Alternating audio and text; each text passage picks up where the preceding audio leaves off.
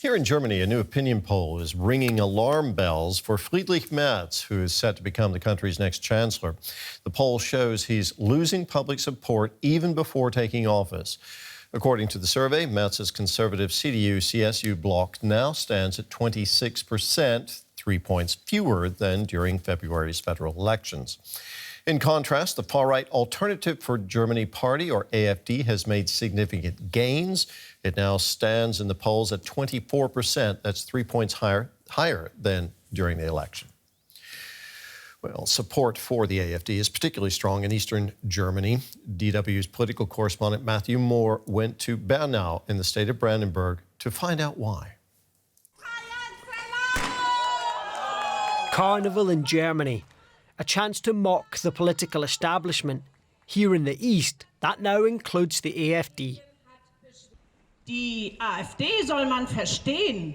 Politischer Input ist nicht zu sehen. But while they take jabs at the far right's lack of vision, there are plenty here who say they backed the Alternative for Germany. Wir wollten damit was ändern. We wanted to change something, quite simply in politics, because it's always just about wealth. And the small businesses, they can pack up because of the last government. They've ruined a lot of things. If you have the chance to change things, then you change them, even if that's through the AfD. In the past, AfD voters have been reluctant to talk on camera about backing the party. Not anymore. Some vote out of frustration. Because the others had their chance and they produced so much crap. You can't trust them anymore. Others point to recent deadly attacks carried out by migrants. It can't keep going the way things have been going in Germany. With all these attacks, they are all stacking up. I was hoping for some positive change in our country. I voted for the AfD because things are a mess in Germany. My problem started in 2015 when the borders were opened.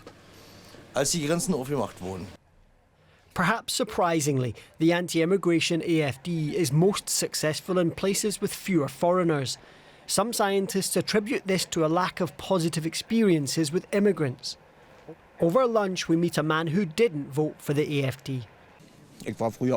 I used to be a bit right-wing during East German times. It was a bit worse. I come from Eberswalde, which used to be really far right. But I've got a great colleague I always worked well with. I got to see a different side. So your colleague has a migration background. What did that do for you? Und was hat das für Sie gemacht denn? It's all fine. He's 30 years old and has been working with us for 8 or 9 years. He's always there. Back at the carnival, frustration when asked about the AfD. It's been the same story for thousands of years. It's been foreigners and others to blame, not yourself. If you don't stand up for society, if you don't take responsibility, but just crow about the many foreigners, the poor people who don't want to go to work, it's all just stupid stuff. Today, carnival is the preferred antidote to the politics of populism, but in the long term, politicians may need to come up with a better answer. And DW's Matthew Moore, who filed that report, joins me now from our parliamentary studios. Matthew, Germany's Chancellor-in-waiting, Friedrich Merz, hasn't even taken office yet, and his party is already losing support to the far-right AfD. What's behind that?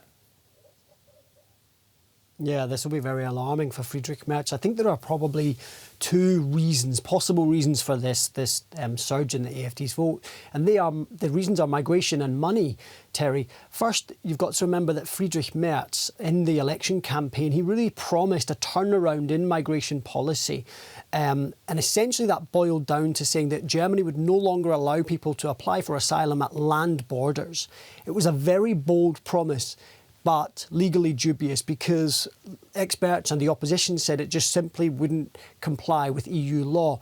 And it now looks like he will struggle really to deliver on that pledge, Terry, because he's got to go into coalition, as we heard, with another party, and the Social Democrats are opposed to this.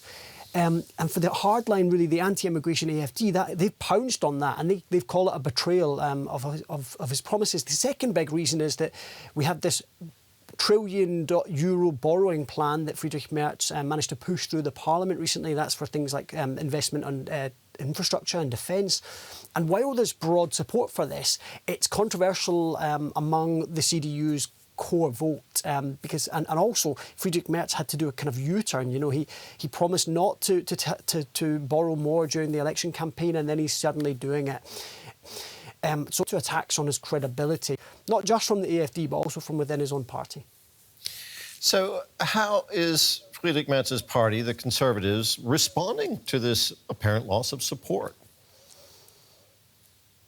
Well, there's a great deal of alarm, really, in the grassroots. You know, we've seen people leaving the party in some cities, and we've seen people sending letters of concern to the senior leadership. People basically saying that the Christian Democrats, the Conservative Party, are in danger of, quote, losing their DNA. And really there's been calls for Friedrich Merz to show some backbone. They're worried basically that in these negotiations to form a new government that he's giving away too much to the centre-left and he's becoming too left-wing, and so they would like to see him really chart a more conservative approach when it comes to migration and when it comes to fiscal policy. He really needs to be careful, Terry, that, you know, a narrative doesn't take hold even before he's become Chancellor that he's somehow weak or somehow on the back foot. So it's tricky times, and he's got to get an election, got to get a coalition deal that really satisfies his base.